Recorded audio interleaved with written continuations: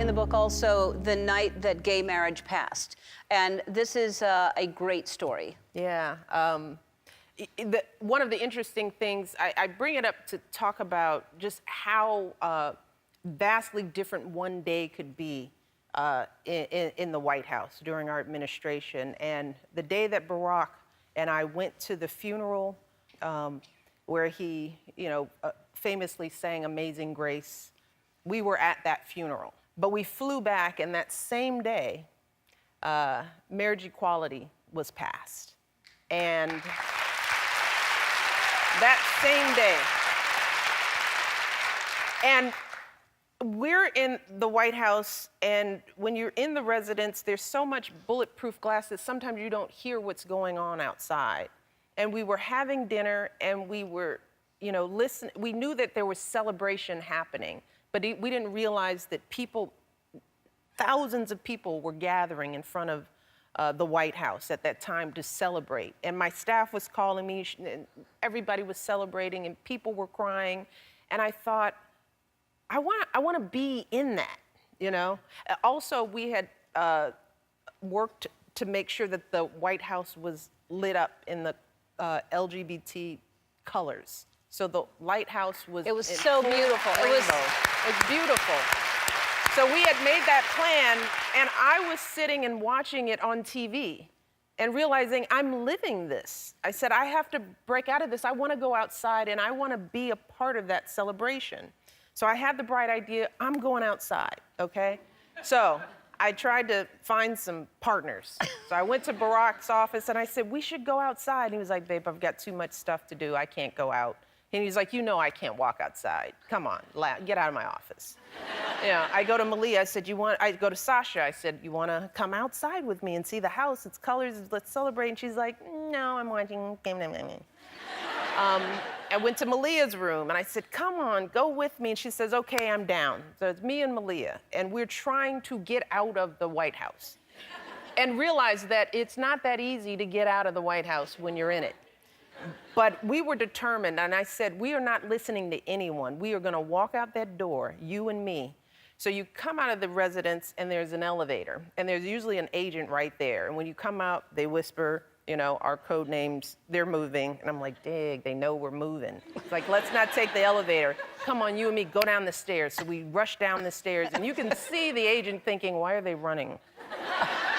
And he doesn't quite know what to do, so he starts following us. And I'm like, run faster, run faster. And we go down the steps, and we go to the front door, the north portico door, which faces Pennsylvania Avenue. And I'm just thinking, I'm gonna walk out. So we go to the door, and the door is locked. So now there are many people behind us. The uniformed policeman, the usher who's in charge of the house, and they don't know what to do, right? And they're like, ma'am, where are you going? I say, I'm going out. We're going out. We're going outside. And they're watching and they're calling in more people. She's trying to get out. She's trying to get out. And Malia's like, she's pumped up. She's like, we're gonna do this, Mom. You get out, you get out. But the door is locked, and then the usher says, ma'am, if you walk out there, you will be on camera in front of the nation. Now I'm in ripped up shorts and, a t-shirt, no shoes on, no makeup. And I thought, you have a point.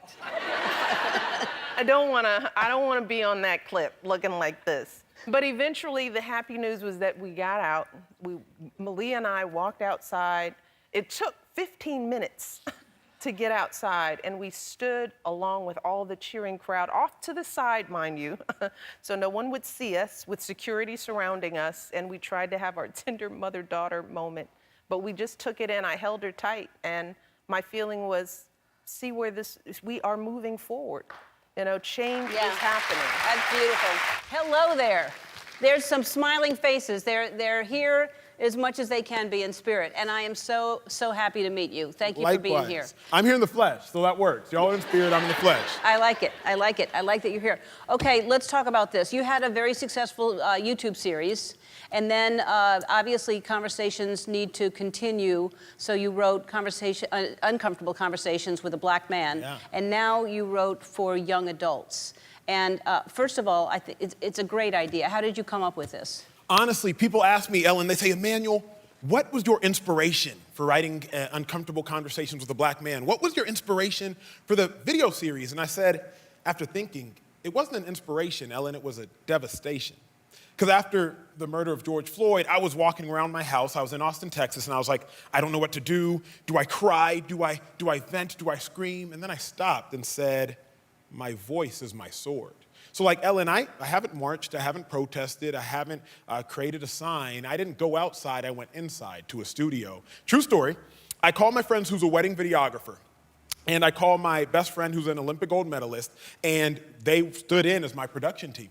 It wasn't some sort of like high quality thing, it was just me and about 4 others in this studio. I didn't rehearse, I just put my head down, I said 3, 2, and on 1, I opened up my eyes and spoke from the heart, and about 30 million views later, my world changed. Yeah, and a lot of this is stories from your experiences. Yeah.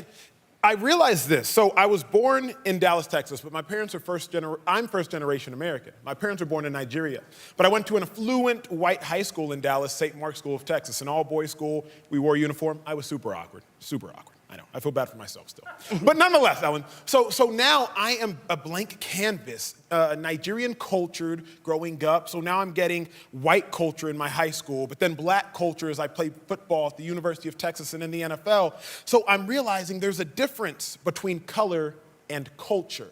We always think they're just all combined, but I was black by skin color, but cultured Nigerian.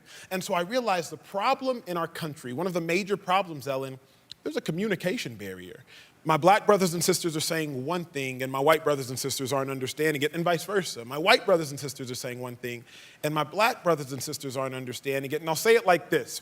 Ellen, if you can go back to high school, remember your Spanish teacher, your foreign language teacher, they would say, if you want to be fluent in a language, you have to immerse yourself in the culture. You can have a Spanish-speaking friend, ain't gonna be fluent in Spanish. You can listen to Spanish music. You ain't gonna be fluent in Spanish. You gotta go immerse yourself in a Spanish-speaking country. I was immersed in these different cultures, and so now I just try to stand as a bridge of reconciliation for the betterment of our world. And you're doing it. You're doing it. It's amazing. So, our friend Oprah, I understand, is a huge supporter of all you've done, and that must have been a fun call to get. Yes, so after the first episode of Uncomfortable Conversations with a Black Man, we get 25 million views in about 5 days. My phone rings. It's Saturday morning. I'm sitting at my kitchen table in Austin, Texas. I pick up the call. The first call is, all I hear is this: Acho, McConaughey speaking. I want to have a conversation. I look, I'm like, McConaughey? Like Matthew McConaughey? He's like, yeah, man, I want to have a conversation. I was like, well, I'm recording the next episode in about 4 days. He said, let's do it tomorrow. McConaughey wants to do it tomorrow. We do it tomorrow. We record the next episode that following day. Then 5 more days later, I get a call. Hey, Emmanuel, this is from Oprah Winfrey's team. She'd love to talk to you. Are you available? Am I available? Is Oprah available? So I cleared my schedule. I hop on the call. Oprah's sitting in her kitchen, like just chilling there. And she's like, she says this to me, Ellen. She says, Emmanuel, what is your intention?